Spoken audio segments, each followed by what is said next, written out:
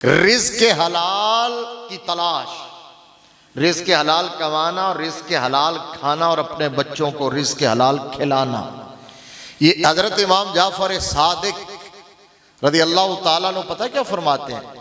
फरमाते हैं अगर इबादात के 70 दर्जे हो ना, 70 दर्जे, तो सबसे ऊपर का दर्जा रिज़्क़ हलाल खाना है। तो ये रिज़्क़ हलाल वाला जो मौजू है ये कैफियत अमल से मुताल्लिक तो है, लेकिन अमल ऐसा जो तमाम आमाल की असल है, तमाम आमाल की बुनियाद है, रूह है, जान है।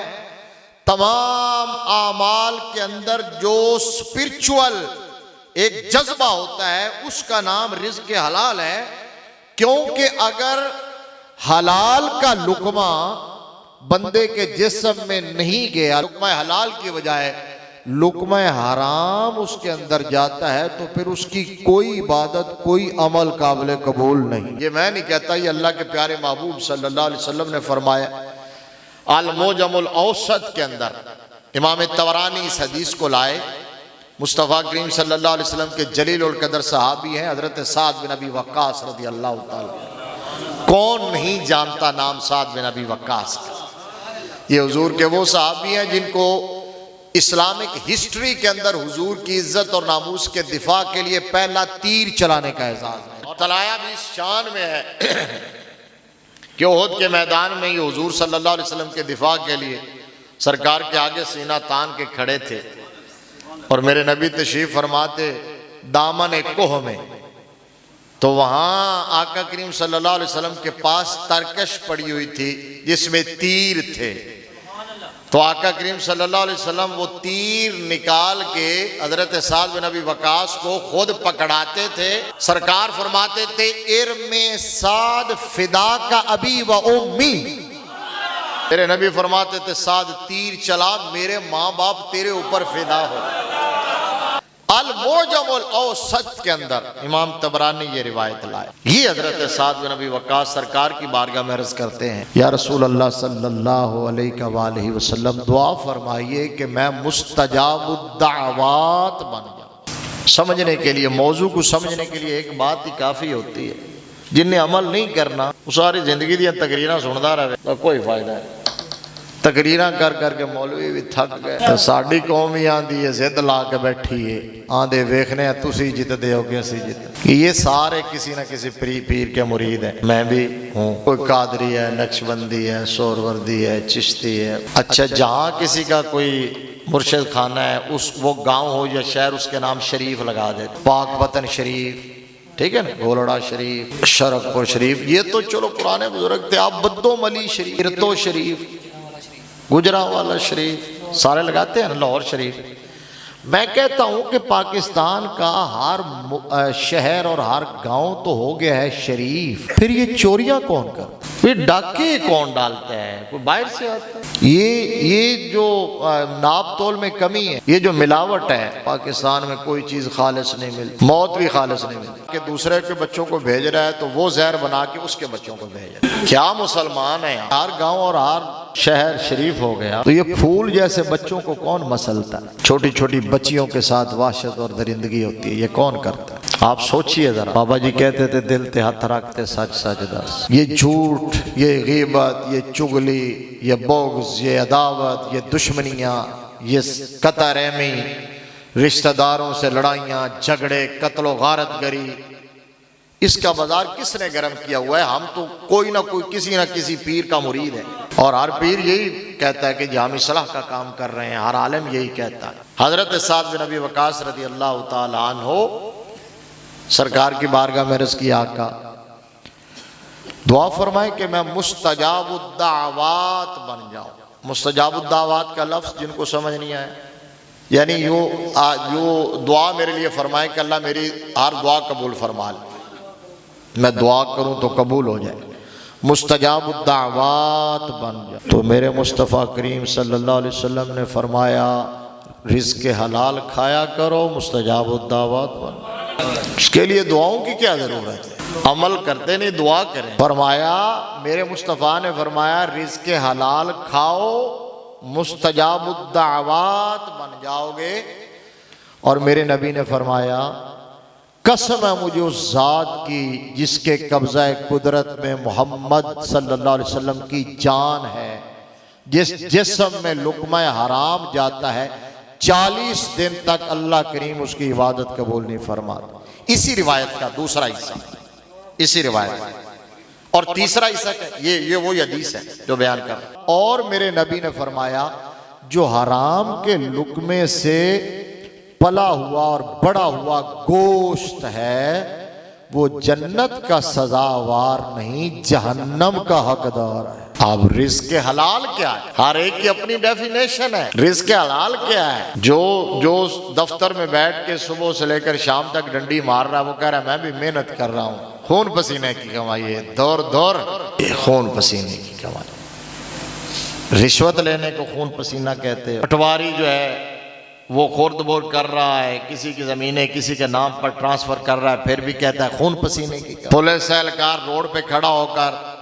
वो चालान सरकारी खाते में डालने के बजाय 200 रुपया लेके अपनी जेब में डाल रहा है, गर्मी में खड़ा होकर उसको पसीना आ रहा है और कह रहा है कि खून पसीने की। दूध वाला दूध में मिलावट कर रहा है, मिर्चों वाला मिर्चों में मिलावट कर रहा है, खून पसीने की कमाई। मेरे मुस्तफ़ा करीम सल्लल्लाहु ताला अलैहि वसल्लम ने फरमाया अल कासिबो हबीबुल्लाह। इनके बारे में नहीं कहा हकीकी खून पसीने वाला जो होता है वो कौन होता है आपको बताऊं? हजरत अब्दुल्ला इब्ने मुबारक रज़ियल्लाहु ताला अन्हु बड़े जलील उल कदर मुहद्दिस और इमाम गुजरे हैं। तो उनका विसाल हुआ ना, जिन्हें ख्वाब में देखा तो पूछा कि बताइए अल्लाह ने आपके साथ क्या सलूक किया? तो कहा कि अल्लाह का फजल हुआ, मुझे जन्नत में जगह मिली है, लेकिन वो मेरे पड़ोस में जो लोहार रहता था ना वो जन्नत में मुझसे उतले दर्जे। तो जिस बंदे ने ख्वाब देखा था सुबह उठा तो बस पहला काम उसने ये किया कि जाओ उस लोहार का दरवाजा खटखटाए। वो घर में नहीं थे। उसकी बीवी ने पूछा कौन हो? तो कहा कि मैं इधर से आया हूँ। तो कैसे आए? कोई काम? बस काम तो छोटा सा था, इस तरह का मैंने ख्वाब देखना है और पूछना यह था कि आपके शौहर ऐसा कौन सा अमल करते? कहा अमल तो कोई नहीं करते, मेहनत मजदूरी करते हैं। हाँ, दो बातें मुझे उनकी समझ में आती हैं। एक तो बात यह है कि अब्दुल्ला इब्ने मुबारक जब तहज्जुद के लिए उठते थे ना तो आवाज आती थी, हमारे पड़ोसी से पता चल जाता था। तो मेरा शौहर जब नमाज के लिए उठते, बाद में नाश्ता वाश्ता करते, तो कहते थे कि काश मैं आसूदा हाल होता और मेहनत मुशक्कत मेरी इतनी ना होती तो मैं भी इब्ने मुबारक की तरह उठ के तहज्जुद पढ़ाता। एक तो ये था। और दूसरा ये काम कि जब वो लोहा कूट रहे होते थे ऐसे वो हथौड़ा उठाते थे, अगर यहाँ हथौड़ा है और उधर से मस्जिद के मिनारे से अल्लाह अकबर की सदा गूंजी है, इनकी समातों से टकराई है, तो ये हथौड़ा पीछे ही फेंक देते थे, आगे भी नहीं लाते। ये दो अमल है। उसने कहा कि हाँ मैं समझ गया कि इब्ने मुबारक से ऊंचा मकाम उसे क्यों नसीब। रिज़्क़ हलाल क्या है? आपकी और मेरी इंटरप्रिटेशन जो है ना उस पर अगर जाएं तो फिर तो हराम है ही नहीं, फिर तो सारी हलाल खा। रिज़्क़ हलाल वो होता है जिसमें अल्लाह रसूल के किसी हुक्म की मुखालफत, शरीयत के किसी कानून को पामाल ना किया जा रहा। ये शरीयत की इस्तिलाह में, इस्तिलाह शरा में इसकी डेफिनेशन। तो वो मेरे मुस्तफ़ा करीम सल्लल्लाहु अलैहि वसल्लम ने फरमाया था इस्तफ्ते क़ल्बक। फरमाया ये मुफ्तियों को बुला के दरस तो सुनता रहता है, अमल करता नहीं। फरमाया एक मुफ्ती तेरे अंदर बैठा है, वो हर वक्त फतवा देता है। इस्तफ्ते क़ल्बक, अंदर के मुफ्ती से पूछ लिया कल अल इस्मु मा हाका फी सदरे। फरमाया गुनाह वो होता है जो तेरे दिल में खटके। जहां बंदा डंडी मार रहा होता है, फतवा अगर कह भी दे कि किसी ना किसी सूरत में जायज है, अंदर का मुफ्ती कहता है नहीं। जहां अंदर से दस्तक हो तो वो हलाल नहीं होता। कुरान पाक में अल्लाह तबारक व तआला ने दो लफ्ज इरशाद फरमाया हलालन तय्यब, जो मैंने दो आयात पहले खुतबे में पढ़ी, सूरह बकरा की हैं दोनों, एक 168 और दूसरी 172। जो 168 नंबर आया करीम है उसमें अल्लाह तबारक व तआला ने फरमाया या अय्युहन नास, और जो 172 नंबर आया करीम है उसमें फरमाया या अय्युहल्लज़ीना आमनू। हुक्म एक ही है, अल्लाह तबारक व तआला डिमांड एक ही कर रहा है बंदों से। तो तो किन से डिमांड? पहले कहा या युहन्नास, का लोगो तुमसे यही डिमांड है। फिर कहा ईमान वालों तुमसे यही डिमांड है। और फिर कहा या युहर रसूल, ए रसूलों तुमसे भी यही डिमांड। आप अंदाजा लगा लें ये रसूलों को क्यों या युहर रसूलो कुलू मिनत तय्यबात वअमलू सालिहा, ऐ रसूलो तुम पाकीज़ा चीजें खाओ। हालांकि रसूल तो है ही मासूम, वहां तो चांस ही नहीं है। तय्यब के मुकाबले में खबीस और हलाल के मुकाबले में हराम, ये बात समझिए। तय्यब के मुकाबले में खबीस है, यानी जरूरी नहीं जो तय्यब हो वो हलाल भी हो, जरूरी नहीं जो तय्यब हो वो हलाल भी हो। तय्यब का माना पाकीज़ा और खबीस का माना पलीद। तो जो पाक हो वो जरूरी नहीं हलाल हो। पानी पाक है ना, पानी पाक है, तय्यब है, लेकिन रोजे की हालत में इसको पीना हलाल नहीं। ये तय्यब और खबीस का ताल्लुक है खिलकत से। अल्लाह तबारक व तआला ने कुछ चीजें पलीद और कुछ चीजें पाक, ये खिलकत से है। लेकिन हिल्लत और हुर्मत का ताल्लुक अल्लाह की इजाजत से। जब अल्लाह की इजाजत हो तो चीज हलाल है, जिस चीज से अल्लाह मना कर दे वो हराम, अल्लाह और उसका रसूल। इसलिए अल्लाह ने फरमाया मेरे नबी के बारे में मनसब नबूवत बयान करते हुए, युहिल्लु लहुमुत तय्यबात व युहर्रिमु अलैहिमुल खबाइस, फरमाया महबूब पाकीज़ा चीजों को हलाल कर। अगर हर तय्यब हलाल होती तो फिर तय्यब को हलाल करने का मतलब क्या था? ये है मतलब ये है कि मुस्तफ़ा को अल्लाह ने ये शान दी है, हिल्लत और हुर्मत का मनसब दिया है, लेकिन अल्लाह के प्यारे महबूब हलाल किसको करते हैं? पाकीज़ा चीज। अब रसूलों से मुतालबा सिर्फ इसलिए था, अल्लाह ये बताना चाहता था कि अगर रसूलों से मैं ये डिमांड कर रहा हूं तो तुम सोचो, फिर रसूलों के वास्ते से पैगाम तुम्हारे लिए। अब जब ये कहा या युहन्नासो कुलू मिम्मा फिल अर्द हलालन तय्यबा, 168 नंबर आयत में, बड़ी यार एक एक लफ्ज पे अगर गौर करें तो बस वहीं जिंदगी बीत जाती है। हम तो पढ़ते ही नहीं, कुरान समझते ही नहीं, अफसोस। अल्लाह फरमाता है कि कुलू मिम्मा फिल अर्द, जो कुछ जमीन में हलाल और तय्यब है वो सब मैंने तुम्हारे लिए बनाया, तो वो खाओ, लेकिन हलाल और तय्यब खाओ ना, हलाल के होते हुए हराम की। जब तिजारत अल्लाह ने तुम्हारे लिए बनाई है तो सूद की तरफ अल्लाह फरमाता है कि अहल्लल्लाहुल बैअ व हर्रमर रिबा, अल्लाह ने सूद को हराम करार दिया है, बै को हलाल करार दिया है। जब जायज रास्ता है, सीधा रास्ता है माल कमाने का, सीधा रास्ता है दौलत हासिल करने का, आसूदगी हासिल करने का, आसाइश हासिल करने का, तिजारत करके लोग मिलियनर्स और बिलियनर्स नहीं बने, बनते हैं। और सूद खा के कभी कोई बिलियनर नहीं बना। जो सूद के चक्कर में पड़ता है वो इस धन चक्कर में पड़ता है, सारी जिंदगी उसकी इसमें गुजर जाती है, उसकी नस्लें तबाह हो जाती हैं। सूद में फलाह नहीं है। क्यों भला? जब कायनात का खालिक फरमाता है यमहकुल्लाहुर रिबा व युर्बिस सदाकात, अल्लाह रिबा को मिटा देता है, सदाकात को बढ़ा देता है। तिजारत का रास्ता है और तिजारत नबियों का पेशा है, तिजारत सहाबा का पेशा है, खुलफाए राशिदीन ने तिजारत की, अइम्मा मुज्तहिदीन ने तिजारत की है।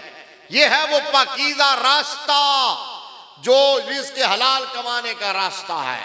अब सूद की लानत तो इतनी बड़ी लानत है कि पूरे इस्लामिक लिटरेचर में 2 जगह मिलती हैं जिनके बारे में अल्लाह ने ऐलान जंग किया है। एक अल्लाह ने अपने वलियों के दुश्मनों को ऐलान जंग किया है, अपने दोस्तों के दुश्मनों। हदीस कुदसी है बड़ी मशहूर, बुखारी की, मन आदा अली वलिया फक़द आज़नतहु बिल हर्ब, फरमाया जो मेरे वली से अदावत रखता है मैं उसे ऐलान जंग करता हूं। और ये तो हदीस है। सूद के बारे में तो कुरान में है, फरमाया फैलम तफलू फाज़नु बिहर्बिन मिनल्लाहि व रसूल, सूद छोड़ दो छोड़ दो छोड़ दो। मैं वाज़रू मा बकिया मिनर रिबा, सूद की आखिरी पैनी भी छोड़ दो। क्योंकि पहले रिवाज था, पहले सोसाइटी मुआशरे में सूद का रिवाज था, इसलिए ये हुक्म आया ना। आज हम देहातों के अंदर, शहरों में भी वो साहूकारी सिस्टम, वो यहूदियों वाला और हिंदुओं वाला। हमने देखा कि जागीरदार है, एक दौलतमंद है, साहिब सरवत है, वो सूद पे पैसा दे के लोगों को अपना गुलाम बनाता है, गुलामी में जकड़ता है। इतनी इतनी दाढ़ी भी रखी होती है। मैं ऐसे बंदों को जानता हूं, पर्सनली जानता हूं, 5 वक्त मस्जिद में आते हैं, सफेद लिबास पहना होता है, लेकिन हर वक्त अल्लाह की लानत बरस रही है उन पर। क्यों? इसलिए कि अल्लाह ने उन्हें ऐलान जंग कर रखा। फरमाया अहल्लल्लाहुल बैअ व हर्रमर रिबा, फरमाया अल्लाह ने बै को हलाल करार दिया है। मुझे ईमान से बताएं, मेरे मुस्तफ़ा करीम सल्लल्लाहु अलैहि वसल्लम को सबसे पहले जो सादिक और अमीन कहा गया था, तो वो किस अमल में कहा गया था? मेरे मुस्तफ़ा करीम सल्लल्लाहु अलैहि वसल्लम को सबसे पहले जब दुश्मनों ने, मुखालिफों ने सादिक अमीन माना है, तो तिजारत में मेरे मुस्तफ़ा के मुआमलात की, कि मुसलमानों को पता ही नहीं तिजारत के उसूल क्या है, उन्हें पता ही नहीं ख्यारे ऐब क्या है, ख्यारे रोयत क्या है, ख्यारे शर्त क्या है। ना कोई सीखना चाहता है, ना पढ़ना चाहता है, ना सुनना चाहता है, ना कोई अमल करना चाहता है। वो ये कुल्लु हिज़्बिम बिमा लदैहिम फरिहून, जो बंदा जो काम कर रहा है वो कहता है कि बस कुल दीन यही है, जो मैं कर रहा हूं वो ठीक है। वो कुछ जमीन में हलाल तय्यब तुम्हारे लिए है, खाओ, लेकिन हलाल खाओ, हराम नहीं। तय्यब खाओ, खबीस नहीं। रिश्वत का माल खबीस है, सूद का माल खबीस है, नाप तोल में कमी का माल खबीस है। याद रखो, झूठ बोल के, क्या झूठ पे झूठ बोलते हैं और कस्में खाते हैं रेडियो पे खड़े होके। आप हम हुजूर को मानते हैं, हुजूर की नहीं मानते।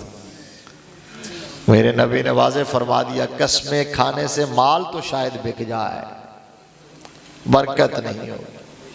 ये सारे लोग कहते हैं जी पूरा नहीं होता। भाई क्यों नहीं होता? वजह तो यह है कि आप शरीयत से बगावत कर रहे हो, पूरा कैसे होगा? कभी फकीरों से भी पूछा है कि फकीर ने शिकवा किया हो कि पूरा नहीं होता? कभी किसी झोपड़ी में बैठे हुए ने शिकवा किया हो कि पूरा नहीं होता? इसलिए कि वो कई कई दिन के फाके तो बर्दाश्त कर लेंगे, लेकिन लुक़्मा हराम के करीब नहीं जाएंगे, इसलिए उनका पूरा हो जाता। और जो हराम खाता है उसका कभी, उसकी औलाद कभी मुअद्दब नहीं होती। तो औलाद अदब नहीं करती, हया नहीं करती। कि कैसे हया करती? जरा घर बैठ के तन्हाई में सोचना कि औलाद को खिलाया क्या है। जैसा रिज़्क़ खिलाओगे औलाद वैसी होगी ना। मेरे नबी ने फरमाया था, एक दौर आएगा जब लोग हलाल हराम की तमीज़ किए बगैर माल बनाएंगे, कमाएंगे। और किसके लिए कहते हैं? ये औलाद के लिए।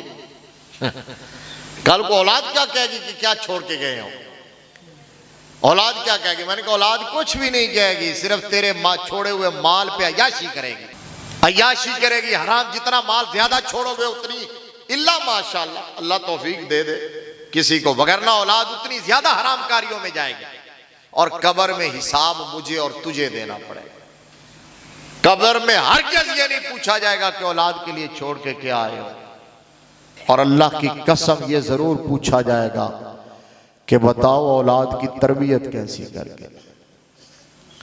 जिस औलाद के लिए बंदा अपनी आकबत को भूल जाता है, जिस औलाद के लिए अपने रब को भूल जाता है, हलाल हराम की तमीज को भूल जाता है, जिस औलाद के लिए बंदा अपना आराम कुर्बान करता है, सुबह से लेकर शाम तक भागता है, अगर वो औलाद ही बिगड़ गई, और बिगड़ती है जब आप उसकी निगरानी नहीं करते। जब आप औलाद को मुआशरे के, सोसाइटी के रहम करम पे छोड़ दें, तो फिर वो चरसी बनेंगे, बंगी बनेंगे, शराबी बनेंगे, वो लड़ाके बनेंगे। ये आपने देखे, ये आपके घर का ये जो लान होता है, इसको आप तराश खराश करते हैं, बंदा रखा होता है। ये जो बाग होते हैं उनकी तराश खराश, बड़े डिसिप्लिन से पौधे होते हैं। और एक वो जंगलों में झाड़ियाँ उगती हैं, उनका कोई डिसिप्लिन होता है?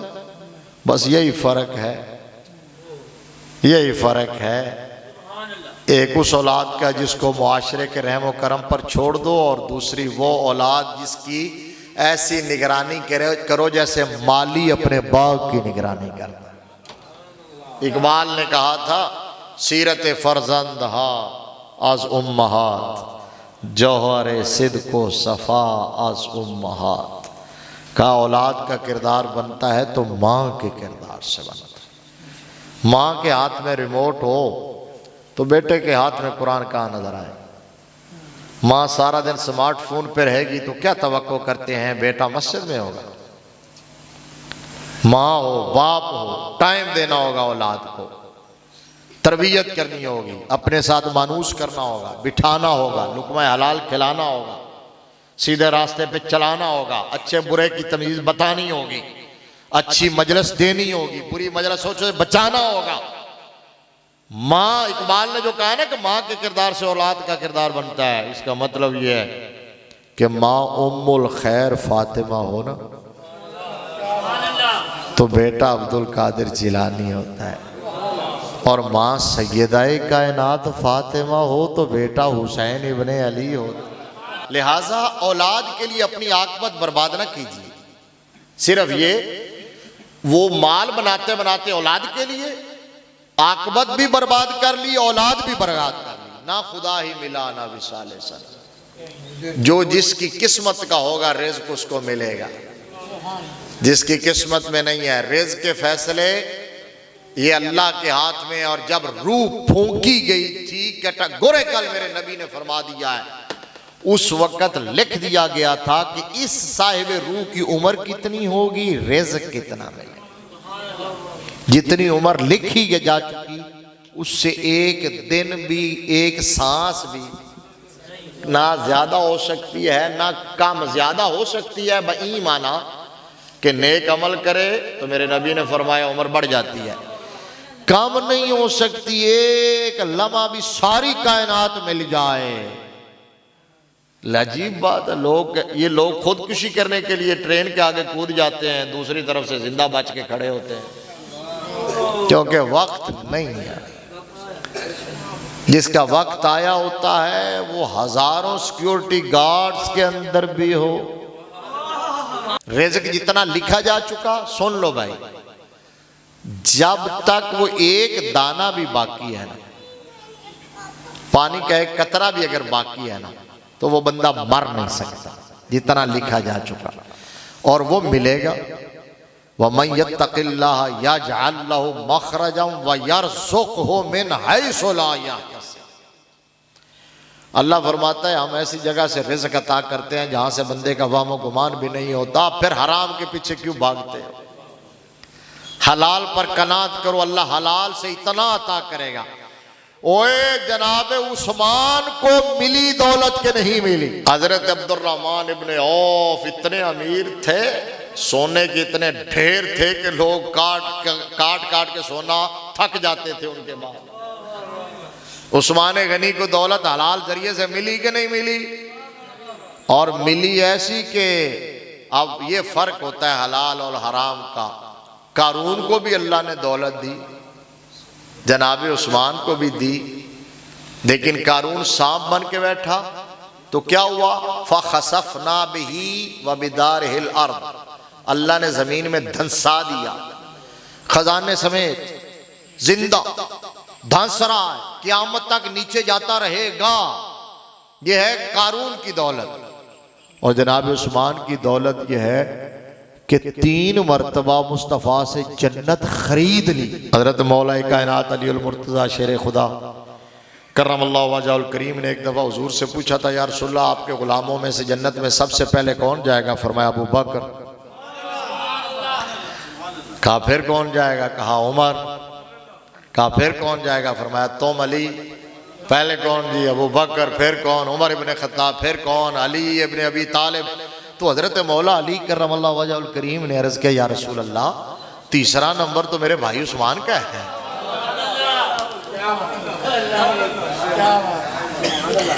आप तरतीब के पक्के हैं, तो आपने तीसरे नंबर पर मेरा नाम ले दिया, तो उस्मान किधर गए? तो आपने फरमाया मेरी उम्मत में से जो सबसे पहले बगैर हिसाब किताब के जन्नत में जाएगा वो मेरा उस्मान है। तो हजरत उस्मान गनी ने उस दौलत के जरिए जन्नत खरीदी मुस्तफ़ा से। खुद भी हलाल खाओ, अपनी औलाद को हलाल खिलाओ, उसकी बरक़ात देख लेना, ज़िंदगी पर असरात देख लेना, उसकी बहारें देख लेना, उसकी रूहानियत। अगर मुआशरा इस बात की तरफ पलट आए, अल्लाह की कसम हलाल में इतनी बरकत है कि वो हज़रत उमर बिन अब्दुल अज़ीज़ रज़ी अल्लाह तआला अन्हु का दौर लौट सकता है कि ज़कात देने वालों को कोई ज़कात लेने वाला नहीं मिलेगा। अल्लाह ने फरमाया कुलू मिम्मा फिल अर्दि हलालन तय्यबा वला तत्तबिउ खुतवातिश शैतान। अब ये देखिए, फरमाया हलाल और तय्यब खाओ, शैतान की पैरवी ना करो।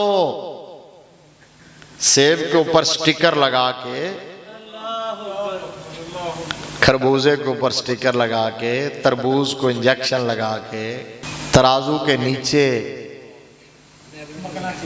मकनातीस लगा के या एक ढेला पत्थर बांध के तोल के और देना, और इससे समझते हो पूरा हो जाए?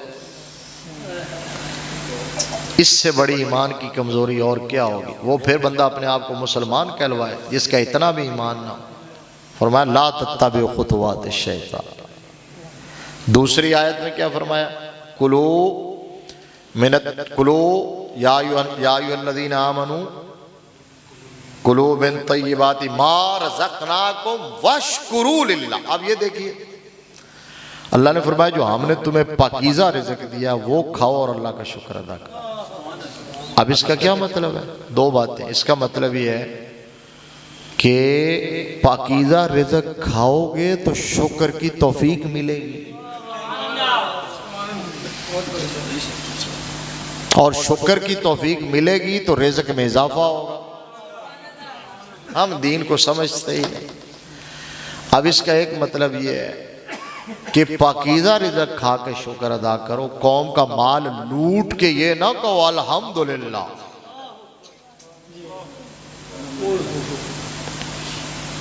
सारा कौमी खजाना खाली करके ये ना कहो अल्हम्दुलिल्लाह। सूद खा खा के, रिश्वत ले लेके, हराम कमा कमा के, औलाद को खिला खिला के ये ना कहो अल्हम्दुलिल्लाह। वगरना जानते बूझते, जो बंदे को पता है मैं हराम कमा रहा हूँ, खा रहा हूँ, फिर अल्हम्दुलिल्लाह कहता है, तो सम टाइम ये कलमा कुफर बन जाता। अल्लाह तबारक व तआला हमें अमल की तौफीक अता फरमाए, आपकी और मेरी हाज़िरी कबूल फरमाए। वाखिर दावाना अल्हम्दुलिल्लाह।